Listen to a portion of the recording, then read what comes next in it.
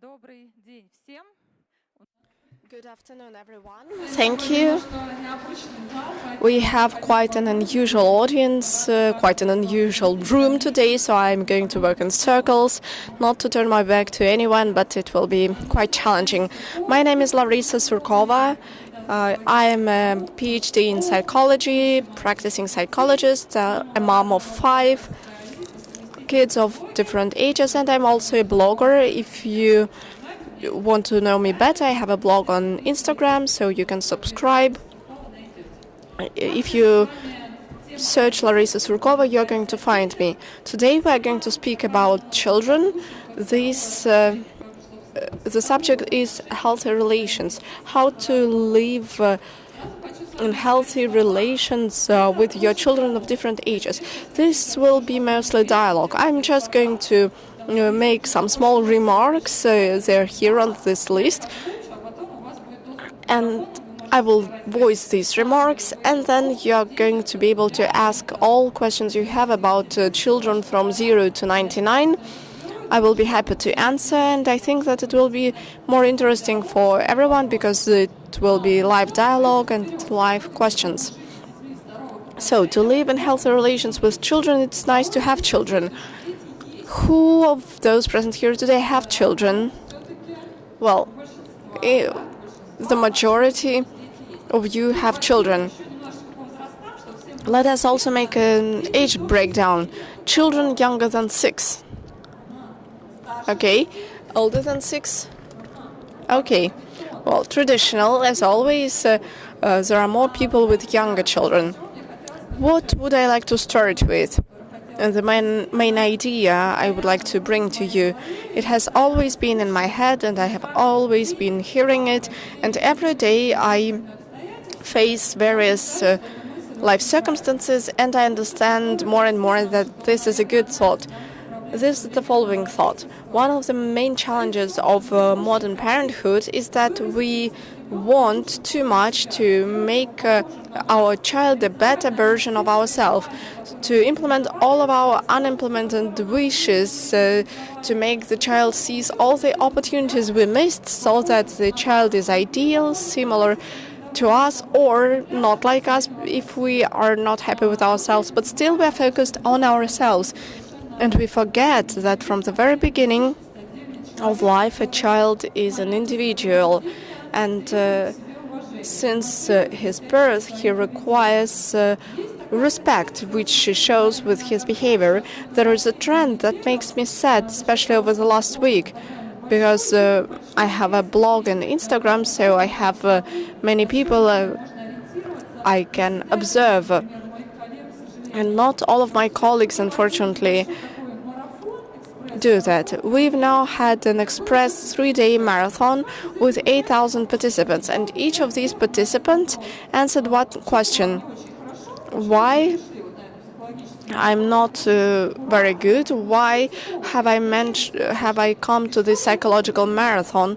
And what brought you to this marathon?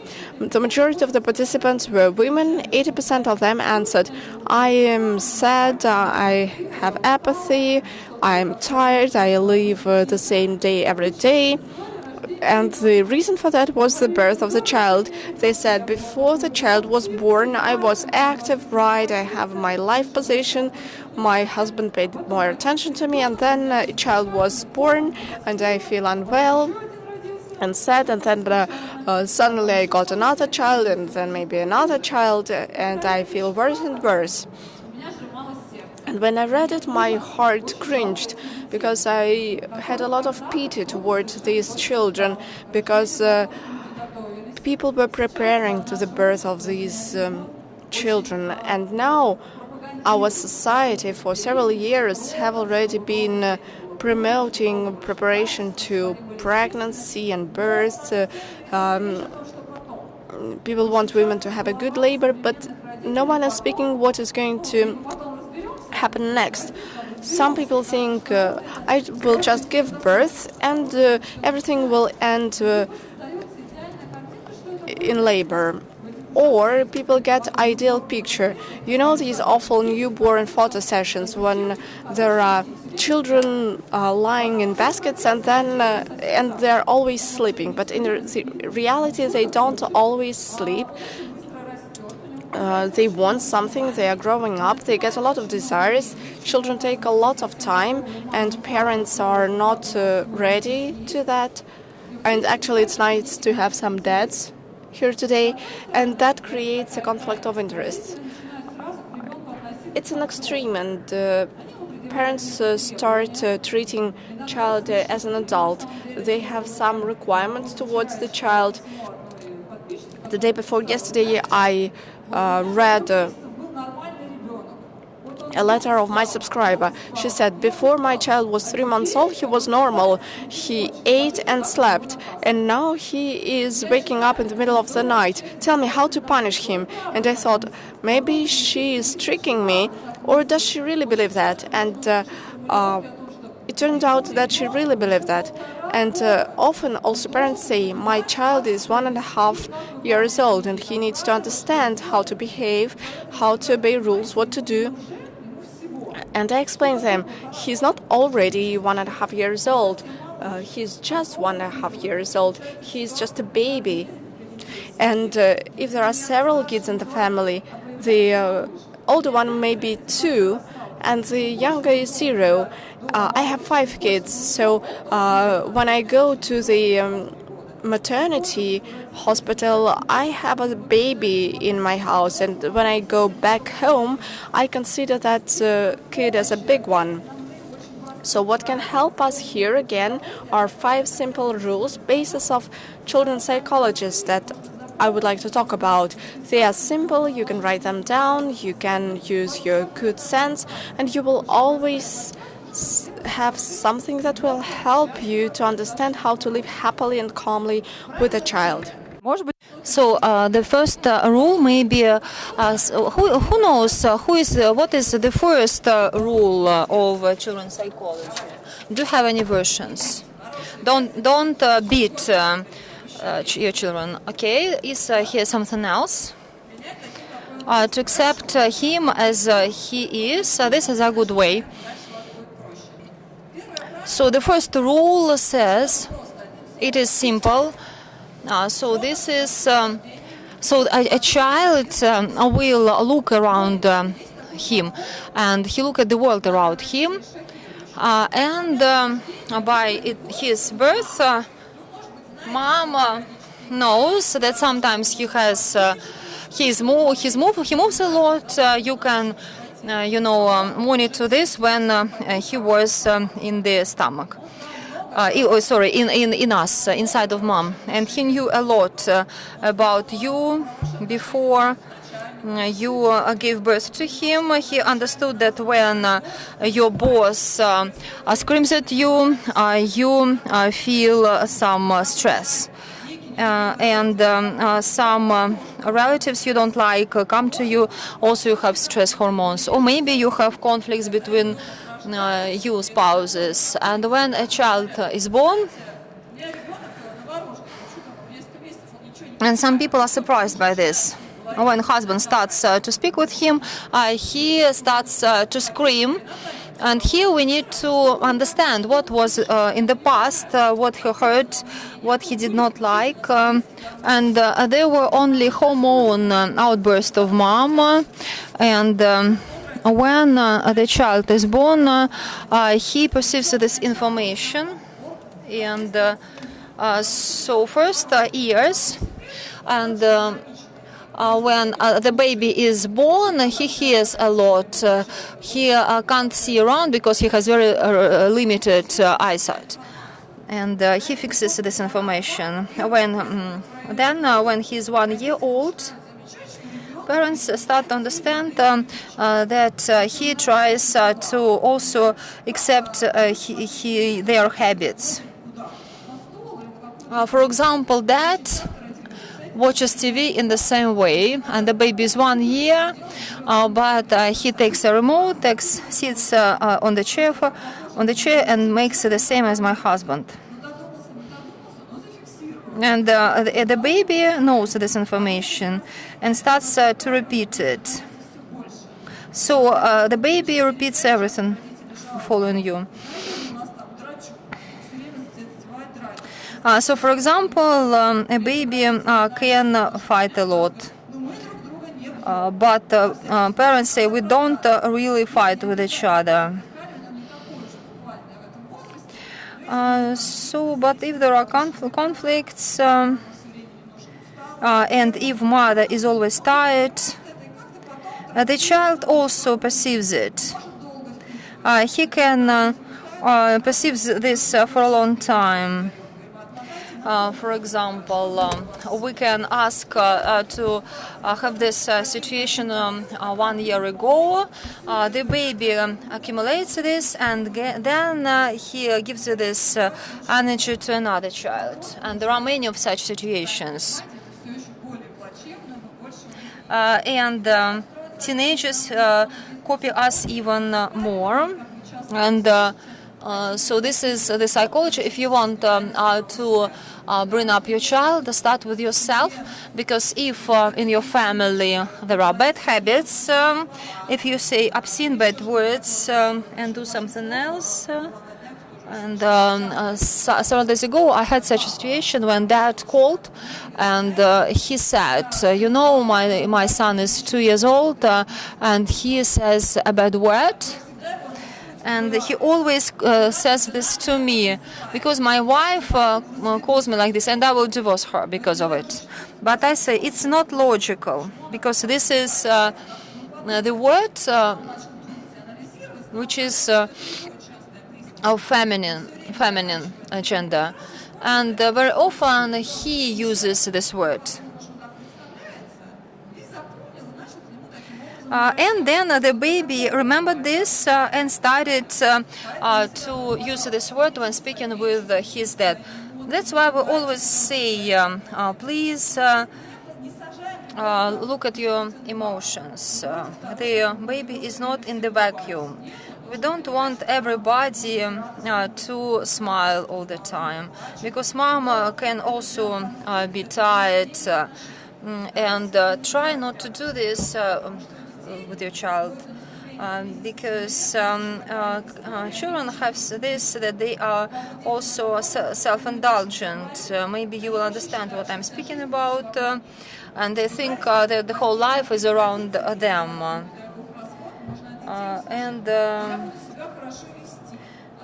So you will understand that so he thinks that's because of him. That's why any conflict he perceives as his blame, and this is not good for his self-confidence, because the baby can become punching back. He feels guilty and he can shout this guilt. That's why start with yourself. Secondly, and this is very important, don't compare. This is very bad, but maybe all of you felt this in the childhood when so my neighbor, she has a very good daughter, and she had conducted the test well, and that boy is even better. He likes sports. So then we said the same to our kids, often compare them. And very often it's funny, because you say this and then somebody says, I don't compare my kids, but my eldest son, when he was at this age, he did not behave as a younger one. Because this is quite traumatic for kids, because kids has this spirit of contradiction, and they start to act from the opposite. So kids start to act even worse if you compare them. And this comparison stays with people for a long time. You know, I am also a psychologist, and often adult people come with their traumas from childhood, and because of these comparisons. And the next one, a very important block, and not often we speak about this. This is adequate feedback, and this is a very big block. there is a lot of research that by 2 years, the baby communicates with his parents, starts to evaluate 2 words. He doesn't pay attention to them. You are good. Don't do this. And why is it like this? Because we always repeat them. You are good or you don't do this. And so the baby ignore these words by 2 years. So you can repeat don't do this for so many times.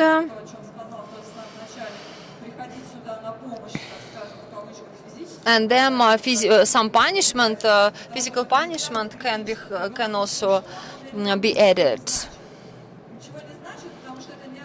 But you know, kids don't understand it.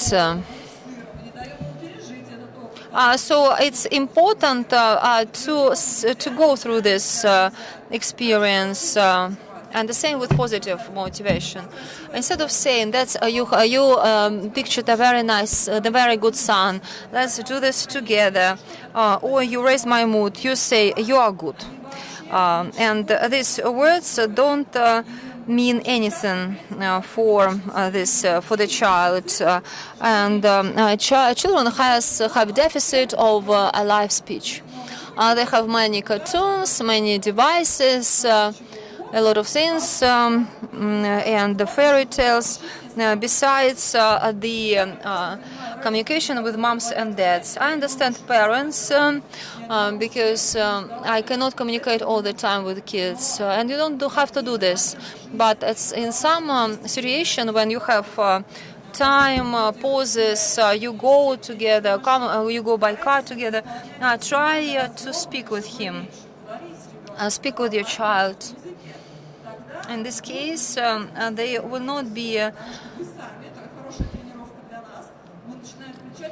In this case, we use a lot of synonyms. What you are good? What can we say about besides you are good or молодец in Russian? What else?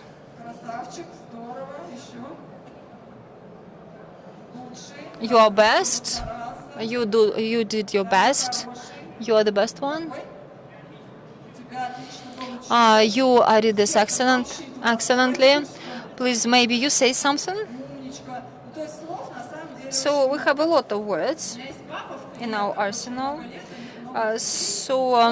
I have my customer and his father, and he built up a vocabulary, and he wrote out everything what he can say. And within 4 months, they had 3 kids. And he noticed that his relationships with children improved. Children became more open. And he could spend only 1-2 hours per day. And when he started to speak with him more, and in this case, kids started also to ask questions. This was a breakthrough just because of, forgetting about 2 words. And speaking about physical punishment, we can speak about this a lot. People and kids cannot be beaten. This is not a form of punishment. This is a form of humiliation. You can say any argument me, but it was bad translation. Do you fulfill everything what is in the Bible?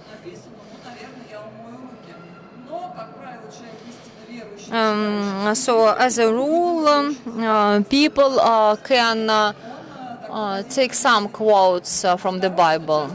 And secondly, people say, I punish kids just to humiliate them, not to beat them.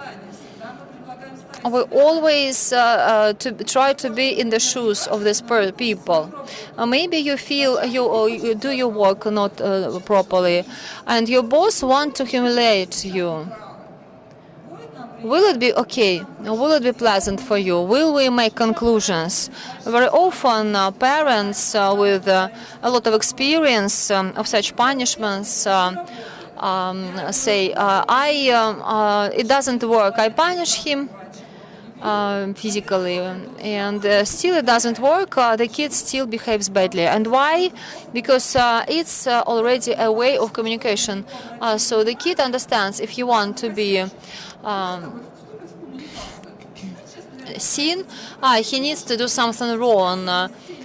We don't like to communicate with kids 7+ when they go to school. We don't like to speak about good things with them.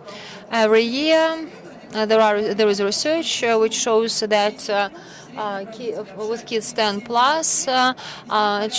parents communicate only for 37 minutes for them, and this is dedicated, and all this is dedicated to school. Only 7 minutes for life. Now this is pain, but at that more attention we focus on negative things. If the kid has a bad mark at school, we pay a lot of attention to this. We call husband.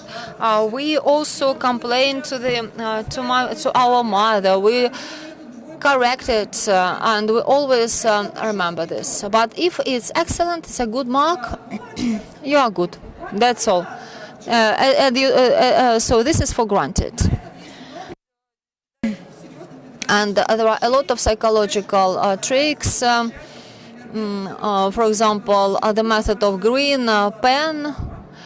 Just mother invented this. There is the school in Moscow which works in accordance with this. They don't, write "you are a fool," but they emphasize on something what is best, the right decision. And this is quite positive, and they pay attention to this. If you do well, so you will have a lot of attention, and that's important. So then we have this issue of adequate self-evaluation. You can see that this is also relevant in our lives, because we are alive, we have some mood, and we understand that if for the whole day you were preparing some cooking and you had a tremendous dinner, and your husband maybe said thank you, you want to quote him and say to him, give me a feedback, evaluate this and that. Was it tasty? Do you know how much time did I spend? And the same with men. Also, there are a lot of offenses because, the husband's men always hurry home 20 minutes earlier, and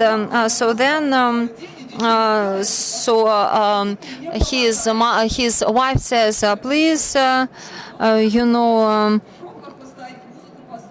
wash up dishes. And that's very simple to disappoint people. That's very simple to put yourself in your children's shoes. If you try to be in your child's shoes 1, 2, 3 times, you won't feel this way. You will stop to do this because you will understand that it's very painful for him. It's naive that to think that children will never remember this. There is such a function, psychological function, as memory. And Creator, who has created us, he, was sorry for us. That's why kids have short memory. They don't remember anything till 3 years old. That's very good for kids till 3 years old. But then it can be not so good. There is a lot of research dedicated to this, which shows that 96% of cases when people ask themselves, what first I remember in my life, Of course, it would be a different age, but something negative. He fell, or he was drowning, somebody punished him, hurt him, and not many people can remember something good. And this is kids. These are kids, and so kids should help us when we are old, and when we abuse kids. So in this case, maybe when we are old, they also will have the same attitude towards us as we had before towards them. And next thing, if you don't want your kids to lie to you, don't lie to them. Because kids start to lie when aged at 5.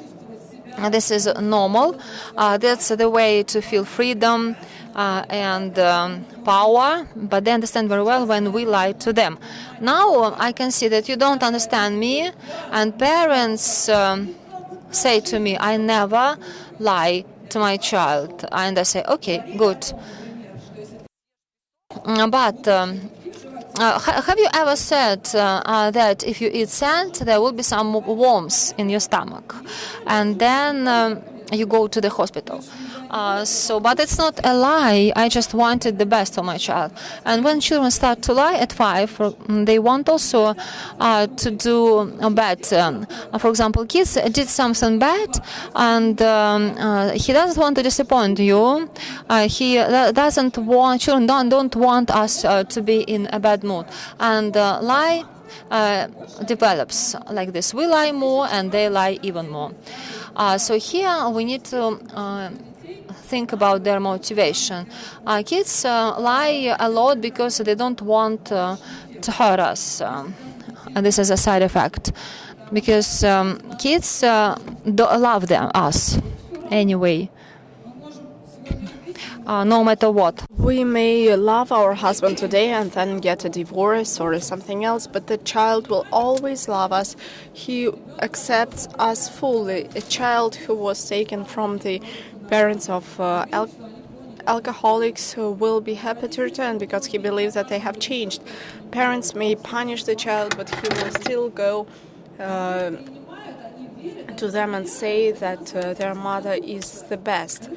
Actually, if we think about it, it's a huge responsibility, but we are a God for our children because they know for sure that we want them to get the best. We can be trusted. We are the basis of their safety. And if we remember the Maslow pyramid of needs, what's at the basic level? Sleep, food, safety, and propagation for adults. So we feel safe if we are calm.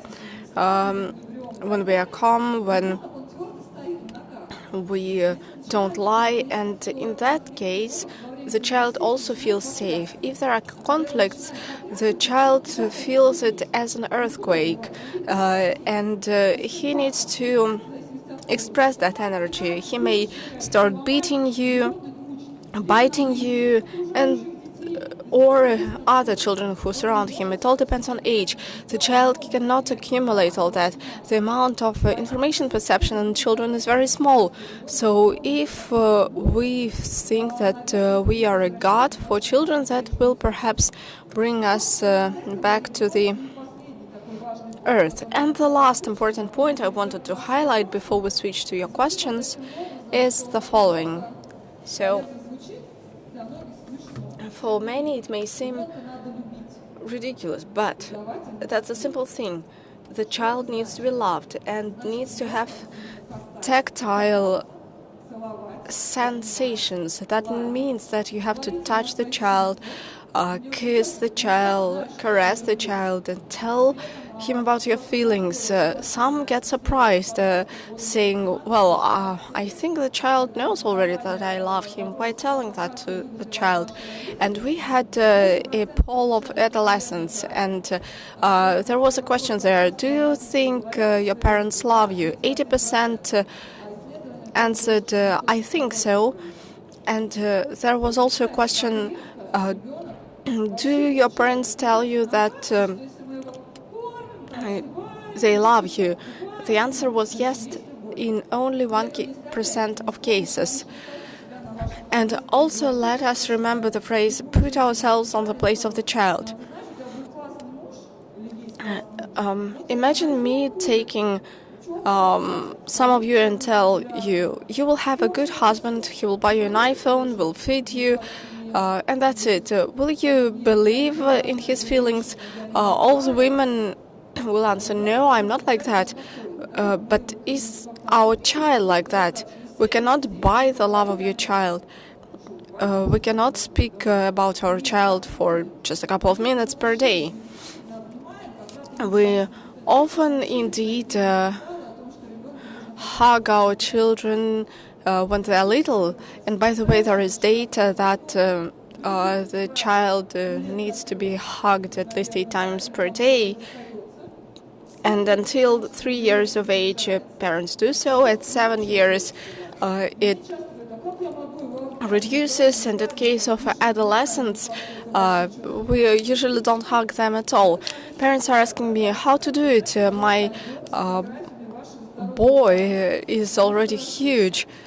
And I answer them, take the old pictures of your child when he was a baby. He is still your child.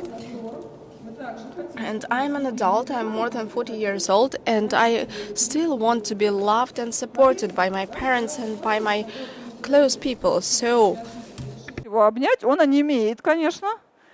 Они очень... of course, your adult son will be surprised if you come and hug him, but he will like it.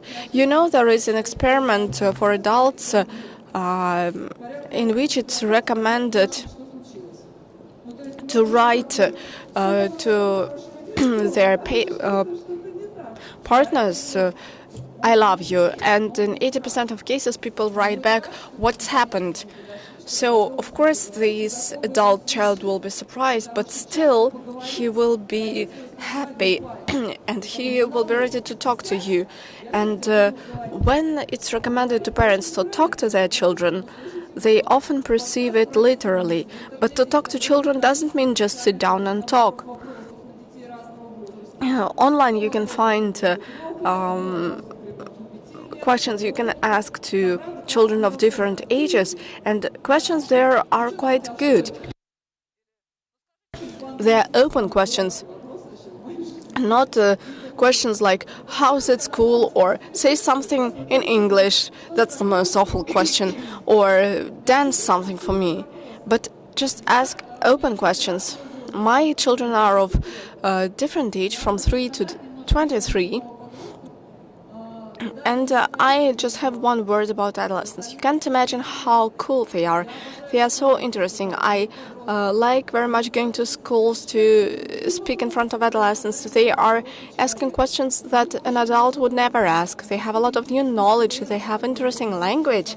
You want to understand it, not to feel as a dinosaur.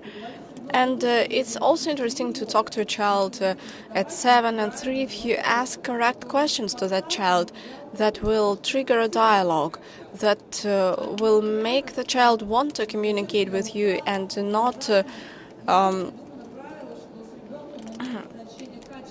do otherwise. It's widely known that the quality of time spent with child matters. You can be with a child throughout the day and the child will get nothing, and you can spend 40 minutes with the child and the child will remember it.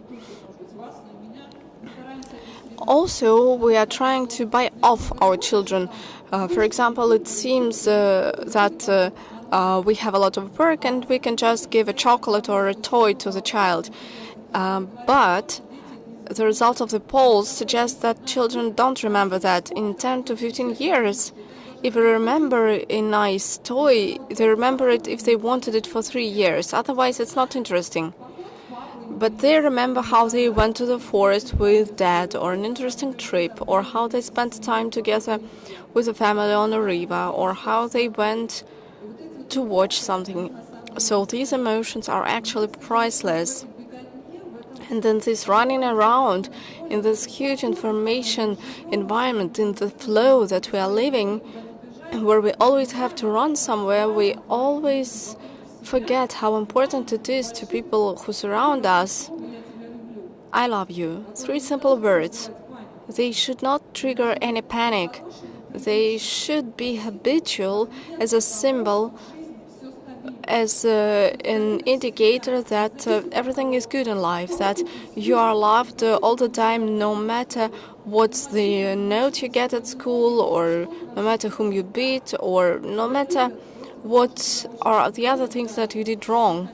It's just because you are loved, because you were wanted. I'm ready to answer your questions. Where do we have mics? Так, только что по порядку, а то я не пойму, куда смотреть. Можно? Давайте, да. У меня такой I have the following question. My son is 15 years old, and he likes computer games very much. I am trying to suggest other interests to him, like cinema, theater, and walking, but he waits until we come home and he goes to his computer to play. Is it dependency, or will it pass, just go away? How to deal with it? I am talking to him about that every evening, that it's not the essence of his life, and so on. That's a good question, relevant for many. I will not be able to give you a specific answer pertaining to your case, but yes, first there is the factor of dependency indeed. And we need to understand that in adolescence, dependencies form quicker than in adults. And that is why there is a lot of fight against adolescent alcohol and other substances, because they form dependencies very quickly. Dependencies are formed through endorphins, through the happiness that they feel at this point. So while the child plays and his social life there is richer than in reality, he's happy there and he wants more of that happiness. Apparently that's normal, that's how it should be. But we understand that it will change the way his psyche and his health works. Here we need to pay attention to the red flags. Already, the fact that he accepts to go somewhere with you is good. The fact that he's watching his watch, it's fine. For adolescents, what matters is the opinion of their peers. We are a doubtful authority at this age for them, and it's just important not to lose connection. He shows that he's cool to you. He's saying, well, it was so-so if you ask whether he liked it, but it's just a play. It's a very good signal that he accepts to accompany you. Just try to learn his opinion, where he would like to go. Maybe there are concerts of his favorite singers or something that's interesting to him, especially if you live in Moscow, that provides a lot of opportunities in that respect. So take turns. In that case, you will be more heard by him. What are the red flags in 15? If he starts threatening, like, I'm going to commit suicide or leave school or not eat, if you ban the computer, or if he says, I'll be a blogger, it's a joke, of course, because I'm a blogger myself, but aggressive reaction if you ban the computer is a red flag, and you can go to the psychologist.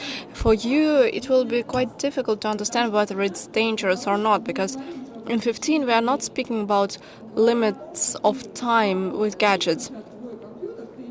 Usually children have their own computers at this age, and the condition may be you can play the computer, but if I'm asking you to do something, you do this. I like written contracts with adolescents. They love to be perceived as adults, so give him this opportunity. But this agreement should contain rights and obligations. If he wants to play, he should perform obligations, but his rights are also available. You can draft such a contract together with him. If he accepts this dialogue, that means that there is no dependency or threat of dependency, because he is able to reason. If your child manifests all the signals that I mentioned, go to a psychotherapist who is working with dependencies. At this age, the treatment will not take a long time. It's like 5 or 6 sessions. Next. Who has the mic? Mikhail Kosolapov, Development Director of Metadent Clinic. Could you please speak about the influence of childhood experience of interacting with parents to their interaction with doctors, compliance with therapy? Чуть-чуть свой вопрос, чтобы понять контекст. Не Ну, то есть совсем. травмы детские. Can you expand your question? I mean, if the child is traumatized in the relations with parents, will it also affect relations with the doctor? And will it affect the success of treatment? That's a good question, quite a serious one. Unfortunately, historically, long ago, it has been identified that there are kind of evil persons in life, and often these are doctors. When the child is young, and parents may say, if you drink water from a puddle, you will have to go to hospital, you will get injections, and the child perceives a doctor as an enemy. Sometimes people also get scared by policemen or plumbers. Same story with the doctors. So trust actually has roots in the family. We live in an unsafe world, and often parents are too scared for their children, and they are telling their children, don't talk to anyone, don't approach anyone. So this is very harmful. Of course, parents have good intentions, but the results are not so good. And if there is this mistrust to all the adults, of course, it will also cover doctors, and even first of all. But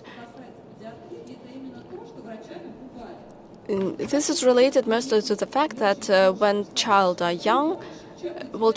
are young, they are threatened with doctors, pediatricians, that they will punish children. And also take children literature, because there are some books like Dr. Aibalit. It should be read to children after 5 years of age, because younger children take it too literally. I've had experience when there was a boy living in the center of Moscow, and he was trying to jump under a tramway, and people thought that he was suicidal, but actually he just wanted to have new legs, because he heard in that fairy tale that a rabbit jumped under a tramway, and then he got new legs done by the doctor. So actually many things depend on the dialogue and how it's organized between the patient and the doctor. Often parents do threaten their children, they do make them scared. And psychologists say that blackmail and trade-offs are the main method of psychology in children. And often parents promise to buy something to the child after a visit to a doctor. And this is part of their strategy. Well, I think that parents need to pay attention to that. And in addition, there is a lack of education in doctors who do not understand how to communicate with the children. If the doctor is afraid of you when the child comes, that means that parents have already done something wrong. So many things depend on the doctor.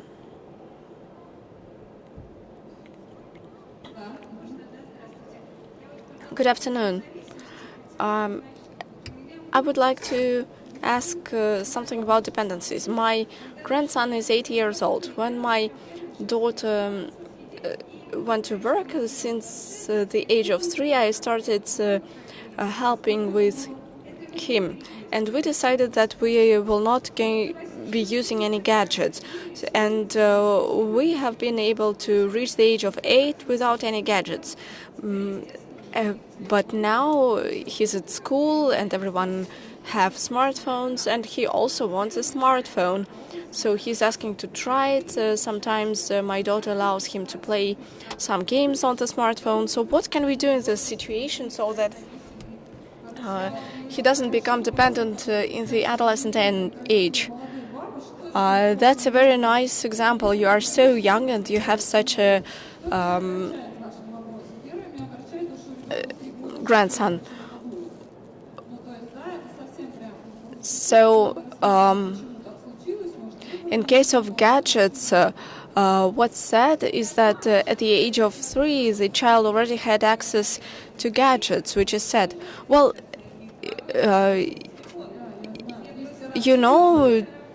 already at the age of 2 or 1 year and a half, children already use gadgets. Yeah, I know. It's good that you stop that. Well, you are a grandma, that's good, but mother is always most important. And in your question, taking into account that the child is 8 years old, a bell rang in my head. Why? How do you think? Us. We are in school, we are drawing, It's good, but at the age of 8, the child needs to be separated from adults already. And you as a grandma should work upon that. Another point is to negotiate with the mother without the child and tell her, my arguments are like that. I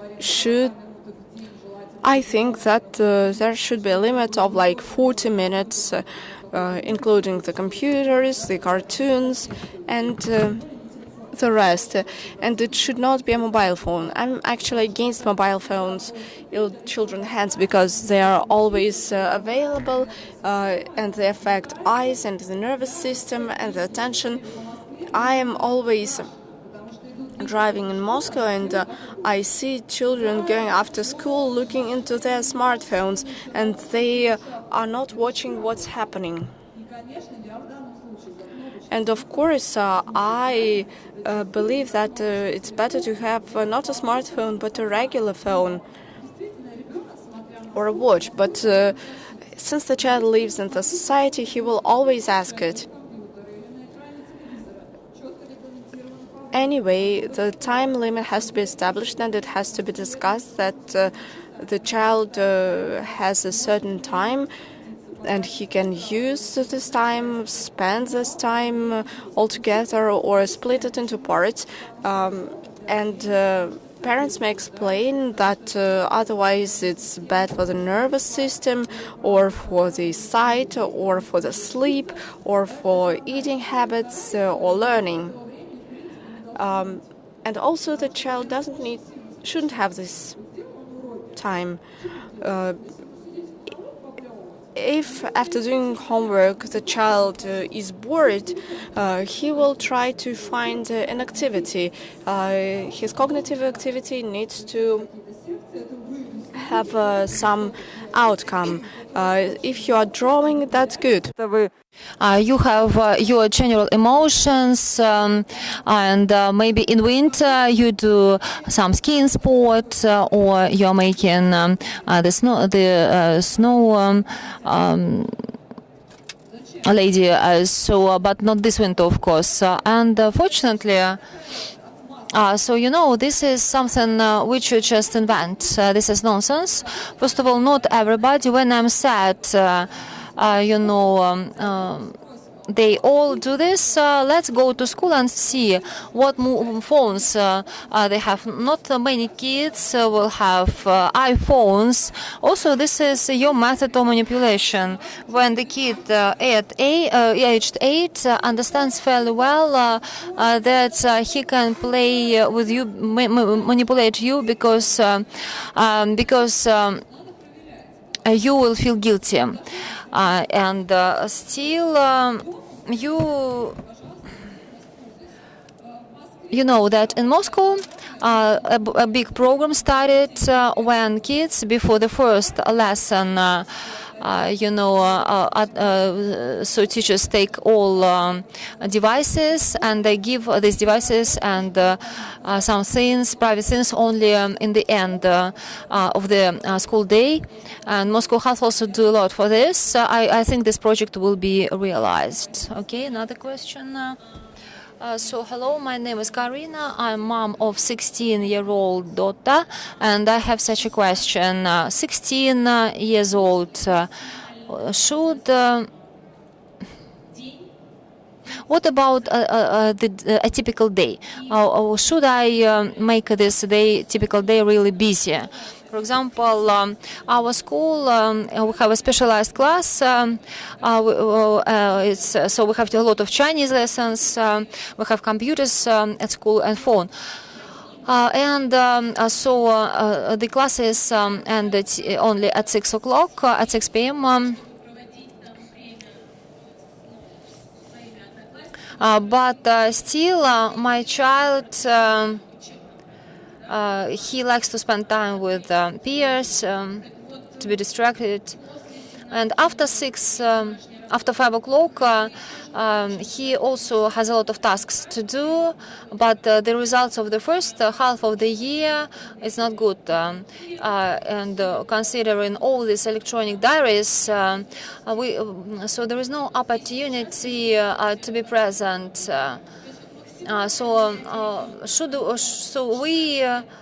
So my child is 16 years old. Is it okay to develop this? What about friends? Should we exclude friends, or should we? What should we do? So you did not like. I will ask you a question. One more. Did you like the results of the first half of the year? What about your daughter? My daughter said that she was not did her best. So she understands that she has done something wrong. So she is at school for the full day. Then after school, she does her homework. And adults work from 9 till 6. Do you also want to work after 6 p.m. To fill your day? We discussed this in summer, and we won grant to enter then Chinese university, and so that's why it's some kind of victim who won the grant. Your child won the grant, not you both, as you said. Your tremendous child won, but also we have Spanish, English languages. You want us to be admired by your child now and praise you. Yes, I mean our days are very busy. Please, maybe she should spend some time with her friends. When you come to her, you can say, I'm so lucky that my daughter is so smart. Is it your child? Please hug her. You are lucky. She is really clever. And we hug a lot. And give her the mic. Are you bored? Hello. Do you want to make your day even busier? Honestly speaking. Because you speak to me now. I am glad that my day is full, and I'm glad that I don't have a lot of free time, because this restricts to do something bad. Our teenagers are the smartest ones. I love them. They have really brilliant brains, but still. But I still want to socialize with my friends. I have want to spend time with my friends, to have common language with them, interests, and of course I want it. Karina, please ask your mom questions, not ask me. Maybe you want love, maybe you want even already a boyfriend, because maybe you want her to enter university, but if you want her to be a happy woman, a happy mother, give her this opportunity to do this already, to start to do this already. Maybe she can make mistakes. Of course, you speak about contraception, but maybe she knows everything better than you, but still let her make these mistakes, and in this case it's great, because you look as two sisters, you can spend more time together. That's great that you are also together here. Now, other questions? Larissa, hello. I have the following question. So I have a boy, 7 years old, my customer, and he is talented. He is the best pupil in his class. He is very loved by his parents, and at the music school also he has a lot of studies naturally. And why is it natural? Raise your hands for whom it's natural to study at the music school. And the question is, now I'm 35, and a few years ago I understood that music school is not so 100% natural, for everybody. For me, it was natural, and he has resistance.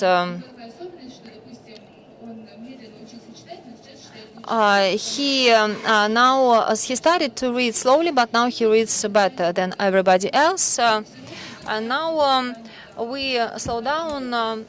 Regarding music notes, he doesn't want to do this, and I'm thinking maybe should I make him do this or not, because he has talent and brains work, but should I do this because he's resistant, because not everybody likes it. What is about his typical day? He goes to school from 8:30 till lunch, and sometimes even till 6, twice per day chess, and then 4 times per week music school, and twice or 3 times combined lessons. But why music school? What is the value of this?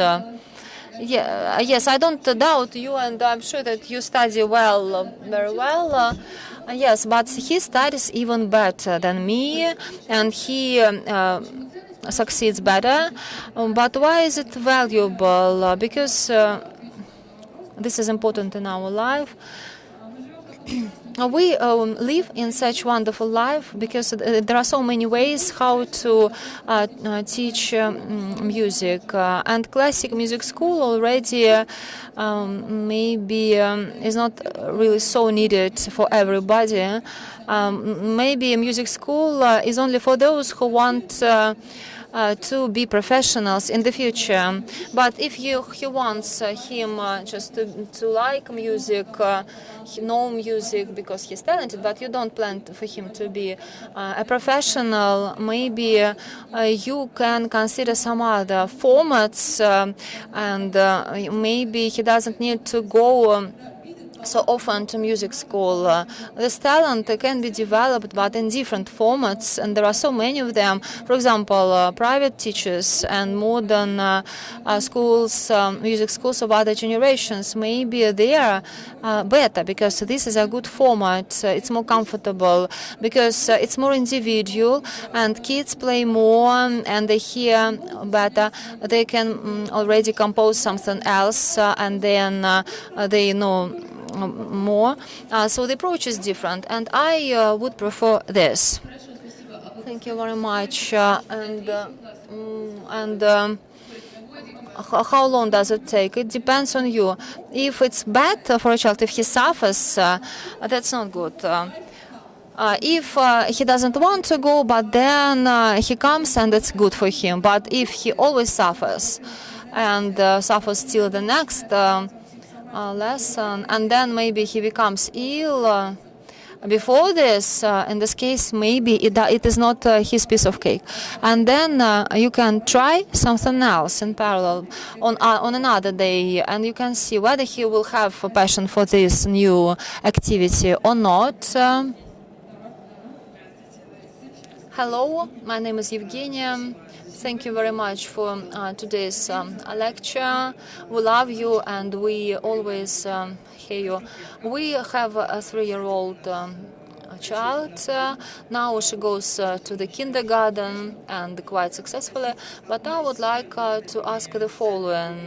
We faced such social things as fights and what about borders? For 3-year-old, his personal borders, and is it a boy? And did you start in September? Now it's already January, even school soon will have February, everything is good.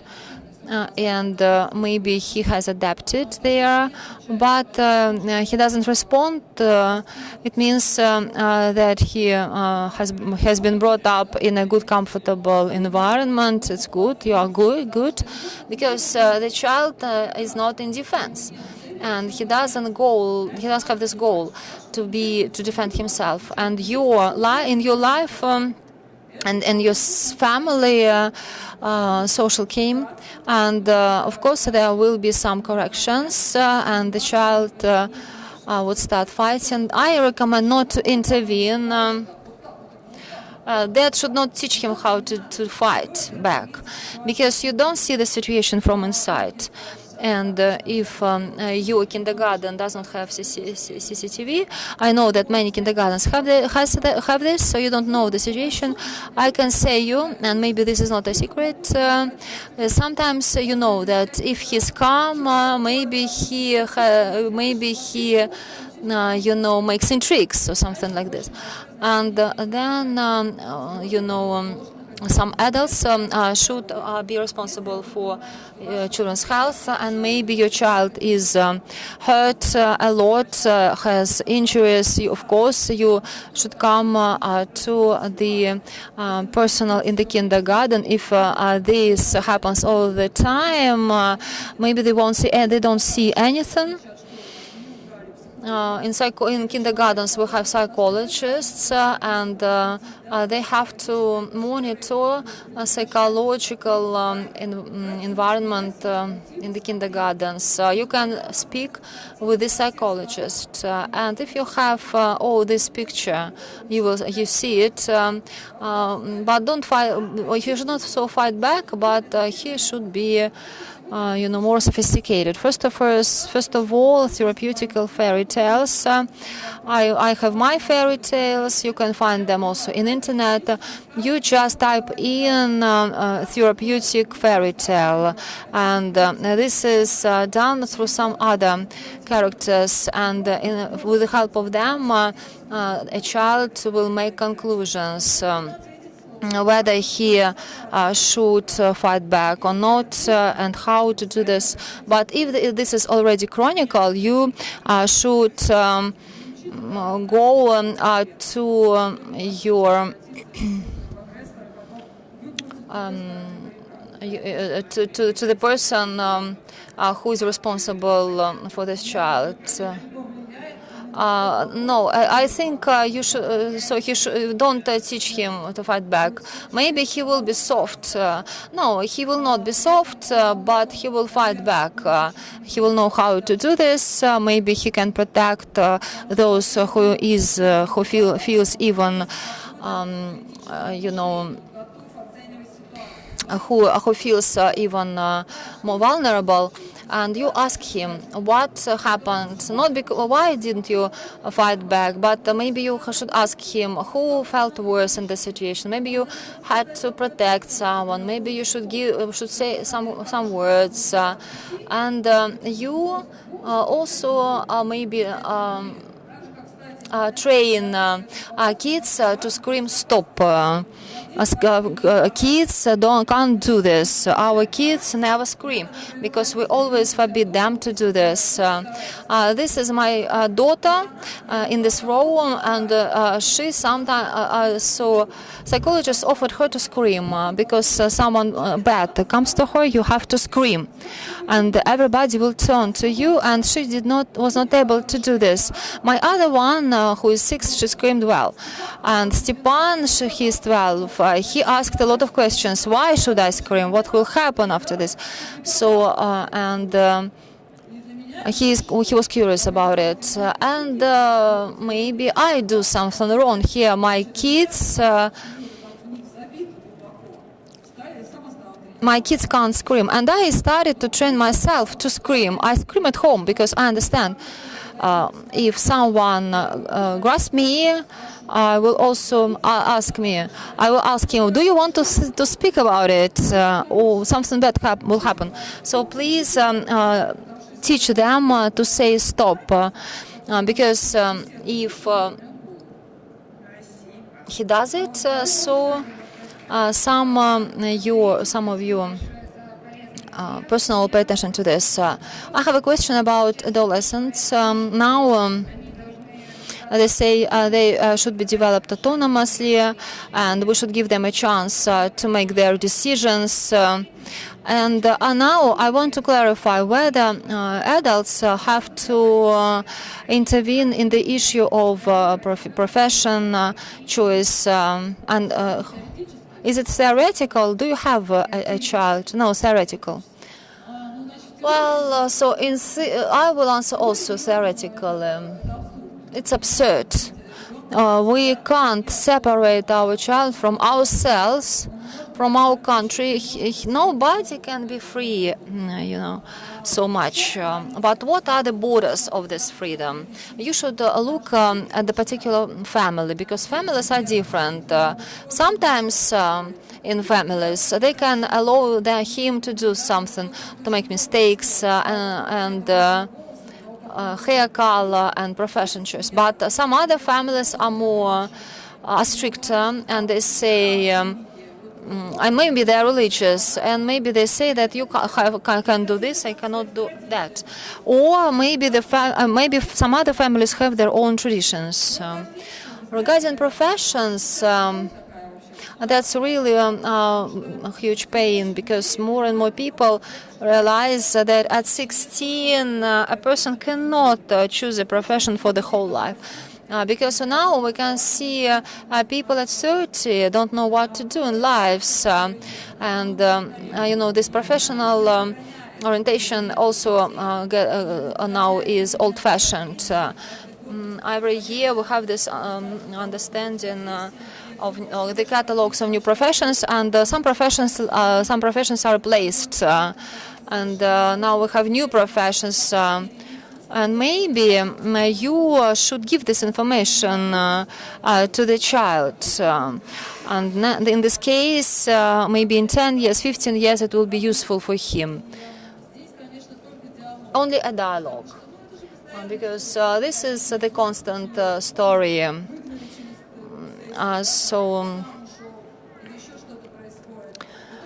And parents suffer because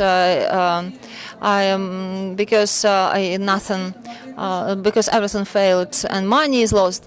But of course, you should try some modern professions, and also you should pay attention to what will be popular in some time. And your experience. Very often I say that before parents should give birth someone, they should take a course from psychologists.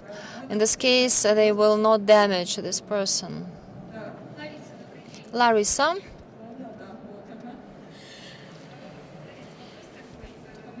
Please get your microphone closer. I understand that I should solve some issues with my child, but how should I behave if I can see that adult people scream at their children and punish them? if this is my friend, for example? It is a good question. Unfortunately, it's quite relevant in our country. In autumn, we saw a lot of tragic stories, maybe because of our indifference. Even children, some children died from punishments, beatings, and now again there is a question about these borders. If we speak about neighbors, if you hear that somewhere a child is beaten, you can write an anonymous letter. And in this case, you can influence like this on these parents. But if we speak about close people, it's on the one hand and simpler. For me, it's easier to ruin even the relationships, and I will try to help this child. But of course, you should consider depending on the situation. I think that a child is not someone who is able to protect himself. So if not, you don't protect him, who will protect him? And what if something bad happens? How will you feel after that? So here it makes sense to select the good forms of explaining your position. Try to find arguments for every particular person, but I think that we always should try to save the child. Hi Larissa, thank you for the amazing presentation. I'd like to go back to the beginning of your lecture and ask the following question.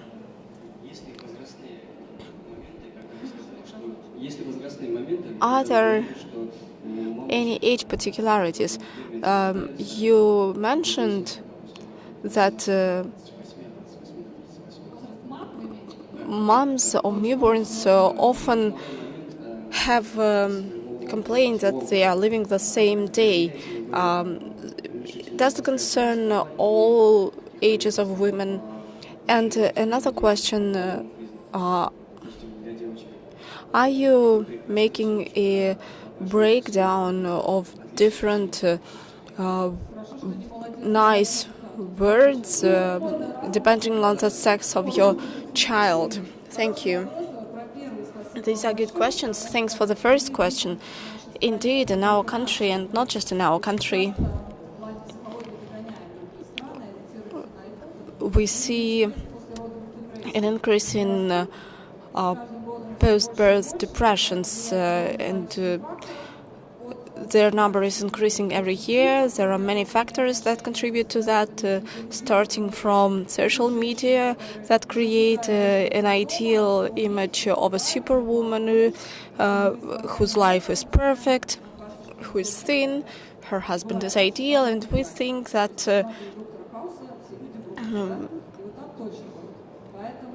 that's what we should strive to, although they may lie. Another point is that moms live in the world of possibilities. They don't want to give up those possibilities. They want to go to museums, cafes, see friends, maybe work remotely. And first of all, they want to consider being loved women. And this is a factor number one of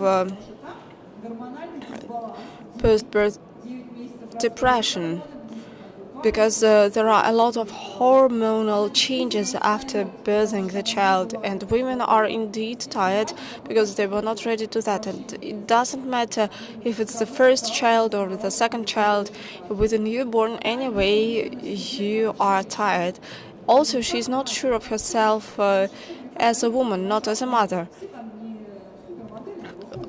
Because we all know that after birth we may look differently, but we still wanted to be considered as someone beautiful, loved and sexy. Moms often tell, he's not helping me, when they described their depression, because for them help is equal to love. And it's not about the amount of help. If you go back home from work, it doesn't mean that you will have start working at home. You can just come from work and tell your wife, just go take a shower, I'm going to take care of the baby, she will consider it as a sign of attention. And it's also all not related to the age of the woman. There has been many research on that. Moreover, people say that the older the woman is, the higher the risk of post-birth depression. Although apparently it seems that these mothers are more experienced. Actually, the peak of those depressions is at 34, 36. Then it goes down, but still, anyway, the risk is high. Regarding the way we tell some nice things to kids depending on their sex, in our families it's not the case, I believe.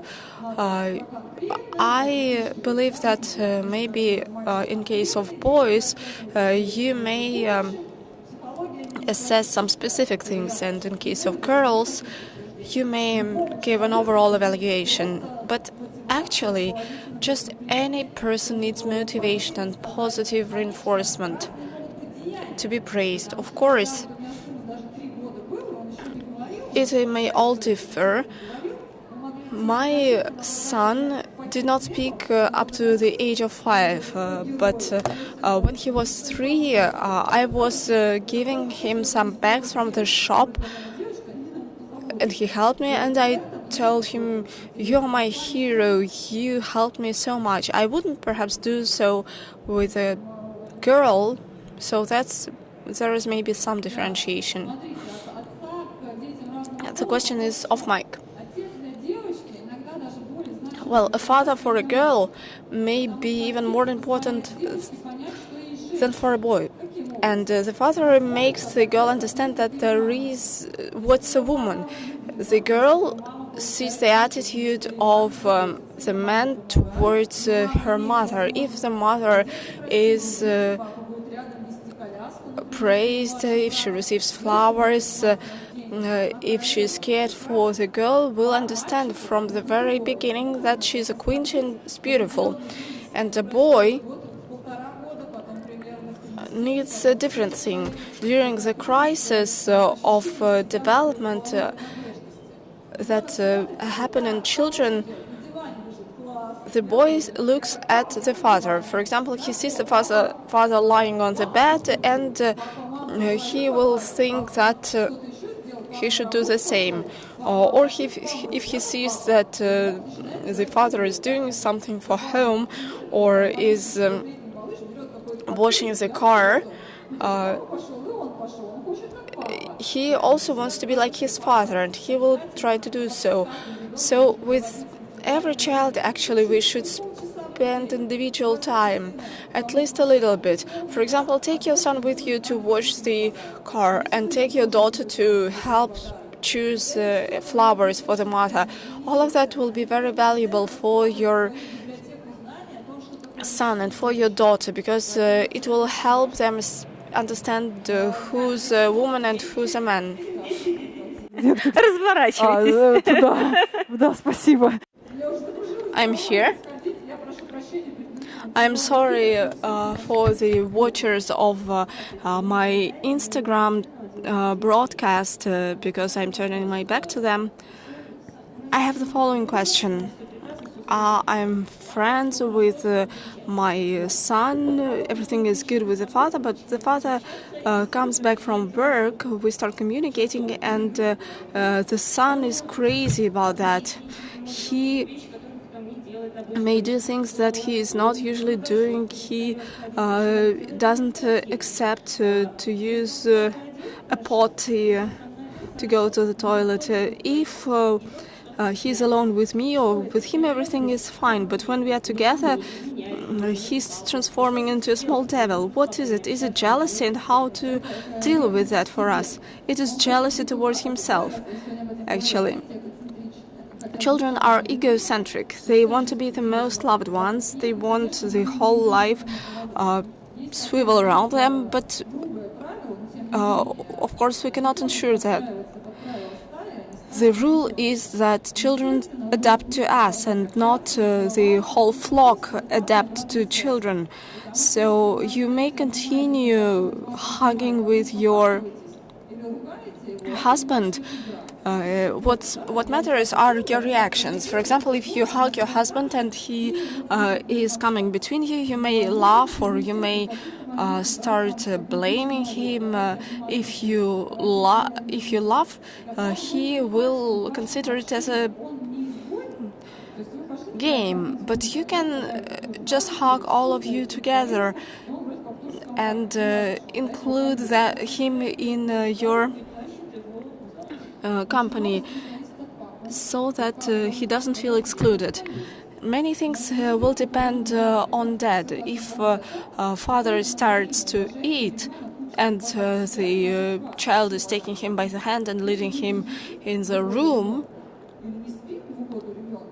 it will not work. The father just should explain, I'm going to eat and then we're going to do that. So if we don't eat or don't sleep for the sake of the child, it will transform the child into egocentric.